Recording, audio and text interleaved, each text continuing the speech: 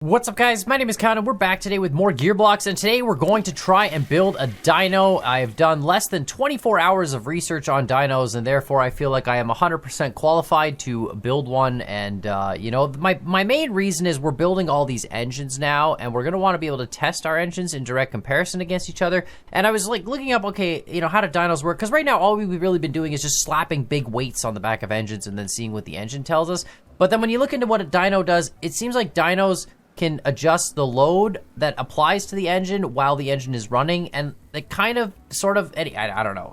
Again, less than 24 hours research, but here's what I know, right? Basically, the way a dyno works is what I've read is that there's a few different types of dynos. The most common one would be a water brake dyno, where apparently you have like the drive shaft going into a disc inside like a big chamber of water essentially, and as that water spins around, the like outside of the chamber tries to rotate with the water, but it can't because there's a strain gauge attaching it to like the fixed frame, and if you measure the strain on that strain gauge, then you can figure out how much torque the engine is outputting. And of course it's all about torque, right? Dynos only measure torque is apparently how that goes. Anyway, apparently that's issue one. But for me, I don't really understand that, because if you have a water brake dyno, like you're pumping water in and out of the little disky thingy that spins, you know, and as you rev your engine, you're changing your load. But what I don't understand about that is if you do that, how do you adjust the load? Like, do you put more pressure water in that? Anyway, I'm not an expert, you know. You guys in the comments down below, I'm expecting to like read some great comments talking about dynos. Anyway, the next kind of dynos are like basically electric operated dynos. There's like an eddy current dyno, and then there's an AC dyno. And the eddy current dyno, essentially, you have the motor going into the gas engine going into a motor, and if you adjust like, you know, the voltage on the electromagnet, you can apply load through magnetism, right? And I tried to do that here, so that was my thought, right? So if we rev this engine up, it's great. It goes like crazy, and then you can see this motor's turned on. And if we press key 1, it'll turn this motor, like, it'll apply RPM in the other direction. And I thought, hey, maybe that'll do something. But no, it just turns out electric motors just win every time. So that doesn't work. And then I know you'd say, well, you could just apply a centrifugal clutch in here, which we could, you know, we could do that as well, right? Like we could take this and clutch it out. And I feel like if we used a centrifugal clutch, we're getting close to that, you know, that water brake dyno sort of feeling. Like, I feel like this is essentially just a water brake dyno. I was, once again, talking with my buddy about this because we had a whole conversation on Discord. We were just, like, geeking out about dynos for a while and just trying to figure out, like, what makes a good dyno. But don't worry, we're getting there. I think I have a solution that's actually phenomenal. But, right, if we apply a centrifugal clutch here, obviously this revs up, you know, and now if we apply a load, right, it revs it down.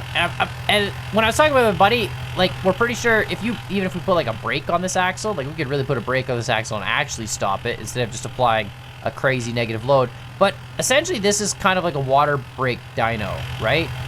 Like, it puts out 138 newton meters of torque, and like that's our torque output at 622 RPM. But the problem is we can't control the load really on this. Like, I can turn on the motor, and that's our load. But if I wanted to ramp my RPM up, like let's say I wanted to see what my torque is at 2,000 RPM by adjusting my load, I can't do that unless, like, I guess I could take this and change this from 10,000 to, let's say, 4,000 torque. Would that?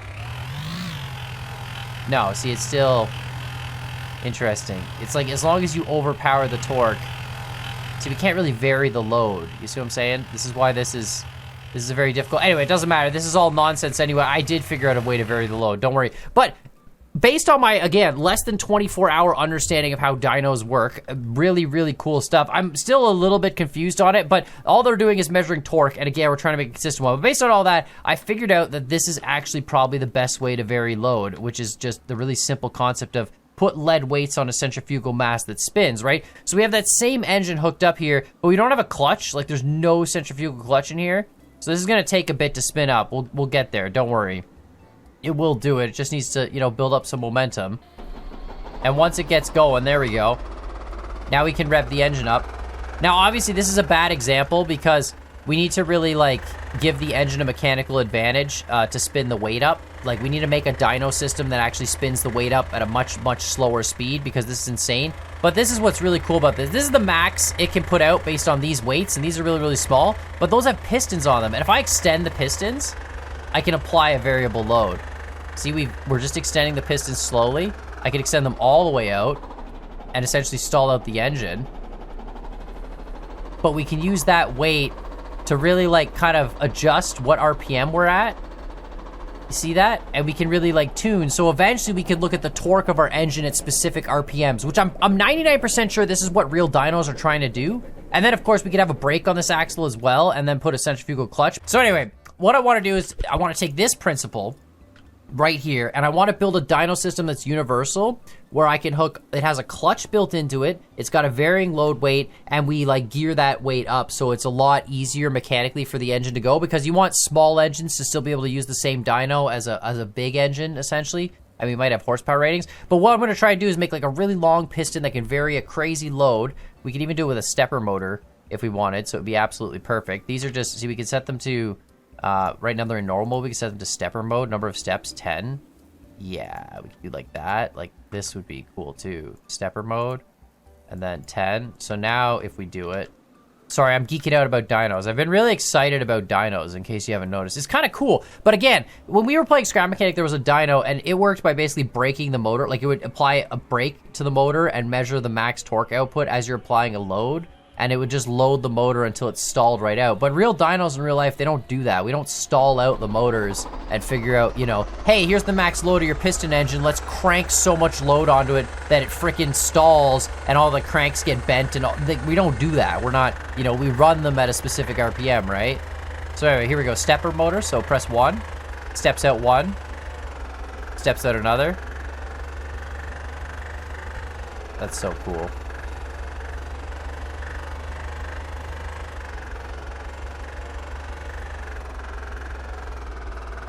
It's interesting though, because once it gets the RPM going back up to speed on the weights, like we're varying the load, but then the centrifugal force eventually, like once momentum goes, like we can get this thing.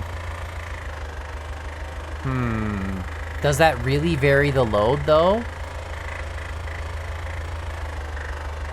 Oh man, there's got to be a dyno expert in the comments down below. Anyway, we're gonna try and build something that's like similar to this, just so we can vary the load and try it out. But yeah, I feel like there's an expert in the comment who's gonna be like, Con, because the problem with this is once we spin it up to speed, like the load, it's not like a constant load, right? Like there's inertia. I mean, that's kind of how a real car works too, though, right? Like as you spin the car faster and as the car gets moving forward more, the acceleration drops off, you know. Yeah, I don't know. There's inertia at play and stuff and moment. Anyway, we're gonna try and build a dyno. Let's just make it happen. We need to have something that's consistent so that we can actually, you know, measure stuff. And then the first thing I want to do is put a clutch on it. So I want to have like an actual. I don't want to do a centrifugal clutch. I want to do an actual clutch that's either. Wait, do we? I don't know. See, this is the thing. If we do a centrifugal clutch, then it's essentially a water brake dyno. If we do a real clutch, then we're trying to make it simulate like a car. But clutches in this, like if I use a clutch gear, right? Or what do we have for clutches? Brakes and clutches. We have centrifugal clutches or just clutch gears. But are the clutches in this, don't they just, how do they, what do they have for controls? I feel like they just behave, what does a clutch gear do? Let me see. What do you have for options here? You're basically on or off, right? And that's it. And then there's a little bit of input smoothing. So I guess I could do a little bit of input smoothing to make the clutch kind of not just like snap the load on. Because normally, like, in the same sense, when you like drive a car, you don't usually drop the clutch unless you want to brake stuff. I actually dropped the clutch in my 2004 Chevy ones and snapped the front right axle. It was a front wheel drive and I dropped the clutch trying to be cool. And instead of burning the tires, it snapped the front axle. So that was a cool story. But I'm pretty sure it wasn't really my fault. I mean, it was my fault that I dropped the clutch, don't get me wrong. But it wasn't my fault because like there was this guy in this truck that had like hit my car like a month before. And I'm pretty sure he bent the axle and I just never noticed because he definitely bent the rim. Anyway, so we're gonna just run a clutch gear, right? And we're just gonna run this like this. So we're gonna come in. Trying to think. No, we want to go, yeah, smaller goes to, we're going to go to bigger. So we want to run a clutch gear like that, and then we're going to run to a larger gear down here.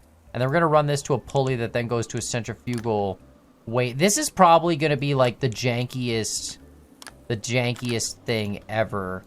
But it is what it is. And yeah, we're going to try to just go, let's go like really small clutch gear. 8 tooth. And then can I go to like a 3? There, yeah, that's what we're gonna do. So then that clutch Peak torque 4,000. We probably need to set this to like 10,000 so this will be able to handle any motor up to 10,000, and give that a control key of like what, C, honestly. And key toggles activation, yes. And then input smoothing, we can increase that a little bit, maybe. Let's start with the default, and then maybe we'll jack that up. But essentially, this should handle any torque up to 10,000. And then we're gonna reduce it by 8 to 24, so it's gonna be a 1 to 3 reduction, which is good because we want our motor to spin up the weight faster. And then we need this to go pullied up to like a really high weight. So this will be, okay, we're gonna do something like this. All right, this is a bit of a weird setup, but, you know, I'm here for it. So we got our clutch here, which we'll turn that on. We'll turn our brake on. So we've got a clutch running to this at a 1 to 3 reduction, and then this goes from a 2 to a 4, so it reduces it even further. So we go down to like a 1 to 6, which should get us really, really low on the weight side. And then now I just need to build some sort of a weight system. All right, I think this is... Let's not talk about that. It happens with age. It's fine. Don't worry about it. Yeah, anyway, so I think, yeah, I'm pretty sure this is all set up now. It's all pulleyed in. So let's hook a motor into it, I guess, and just, hold on. Let me save this as potentially the worst dyno ever. Now let's grab let's grab that motor there. And the I4, nope. And we're gonna do the V12 as well. I wanna like see a comparison between it. So we're gonna do this. We're gonna remove the centrifugal clutch on this because we don't need its centrifugal clutch. We're gonna extend its drive axle out a bit. Make sure we reconnect that. We need to put a 3 ring gear on it to replace where the centrifugal clutch is. If this works, I'm gonna start building my motors without. I mean, I should be building them without centrifugal clutches anyway because, you know, you want the clutch to be part of the vehicle you're putting the motor in, not. You know what I mean? Like, you don't need the clutch to be part of the motor. That's, like, it should be part of the transmission setup. And depending on what vehicle you put it in, your transmission setup might not even have a clutch, right? Like, it could be completely different. So, don't need to actually attach this because they're both just pinned. So they kind of just float there on their own. But yeah, we should normally attach this. But theoretically... Oh, that's a good sign. That's a great sign. Oh, there it is. Okay, never mind. Problem solved.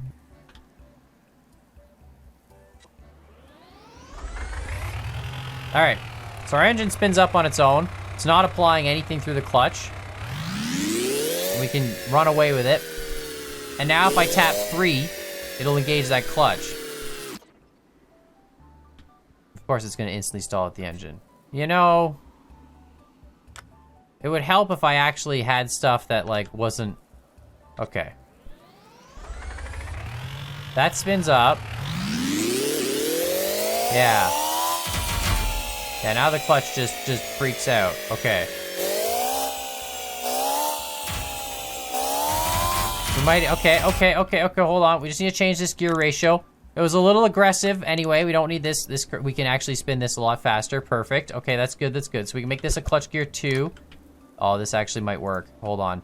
It's just now gonna be about tuning the gear ratio correctly. So that's that. This needs to be, again, control key 3. Crank this up to, whatever, doesn't matter, 10,000. This motor doesn't even get close to that amount of torque anyway. Yeah, okay. Let me, there we go. Okay, so now if we turn this on, get it idling. Key toggles, yes. Then we hit the button. Ah, see, now it's got, ha. I think we need more input smoothing because it needs to like really slowly apply the clutch, not just like put it on immediately.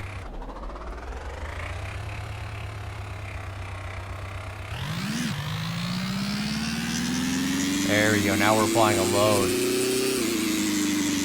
Oh, hold on.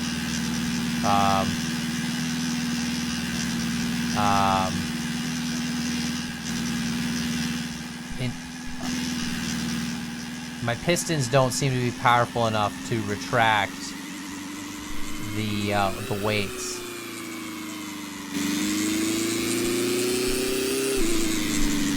Okay, interesting problem here. They worked before. Do I have to just? Can I just crank these up to 10,000? Is that the problem, or is it just the pistons that were hooked in directly, like, worked perfectly, and I'm now reducing it, and they're it doesn't work as well, so I don't really understand that one. But anyway, let's try this again. Get our engine fired up. Apply some load. There we go.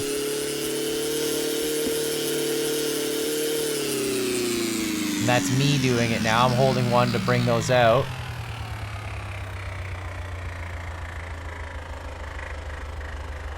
(106 Newton meters of torque). I mean, it kind of works. Like, I'm pressing 1 and 2. You can see at the bottom there as I change, like, which builder tool we're using. That's me. You know, when I press 1, we're extending it out, which increases load. When I press 2, we're retracting it. I'm just holding the throttle wide open on the engine. So this is max.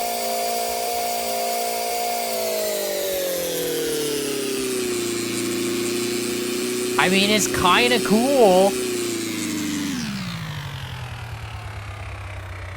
It's kind of really cool that this works.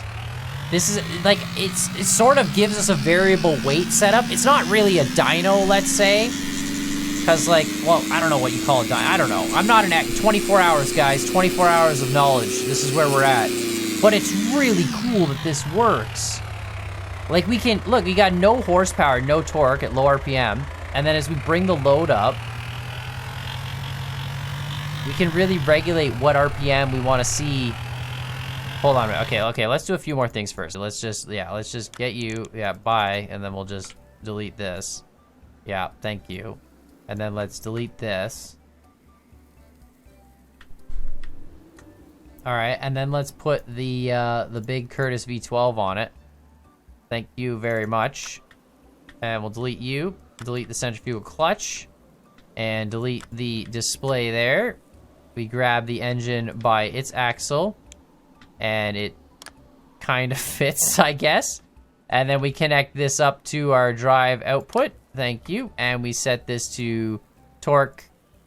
Well, I guess this could be RPM, doesn't really matter. RPM, torque, power. Right. And let's see what this does. Oh boy. That engine sounds so great. But anyway, all right. So it's idling. Let's press 3. Engage that clutch. Oh, it needs way bigger weights.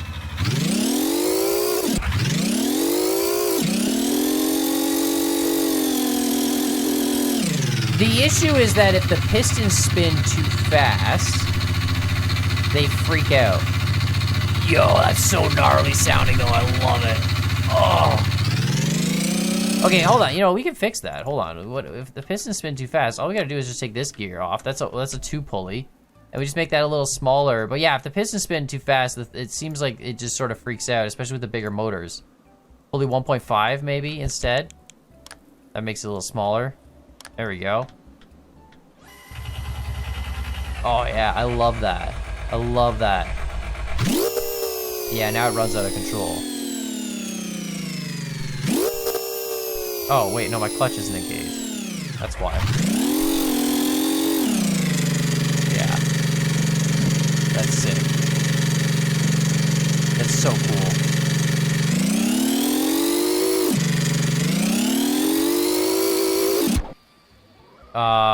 Yeah. There's it. Okay, hold on a minute. Okay, here's what we gotta do. We gotta take the pistons and go ultra small on this. This has to be tiny. Yeah, pulley 1, there we go. And then go to here. And then these weights need to be bigger than they are. And then that way, although this might, like the piston, these might not be strong enough. Like these flat up, like maybe if I just go to 20,000, I don't know if this is actually even gonna work. Like there might be just a constraint on the game where it's like, you can crank up the number all you want, but it doesn't actually do anything. Like we might need to make a stronger system here. But anyway, let's see if this does. There we go. Yeah, that's better. You want it to be like slow.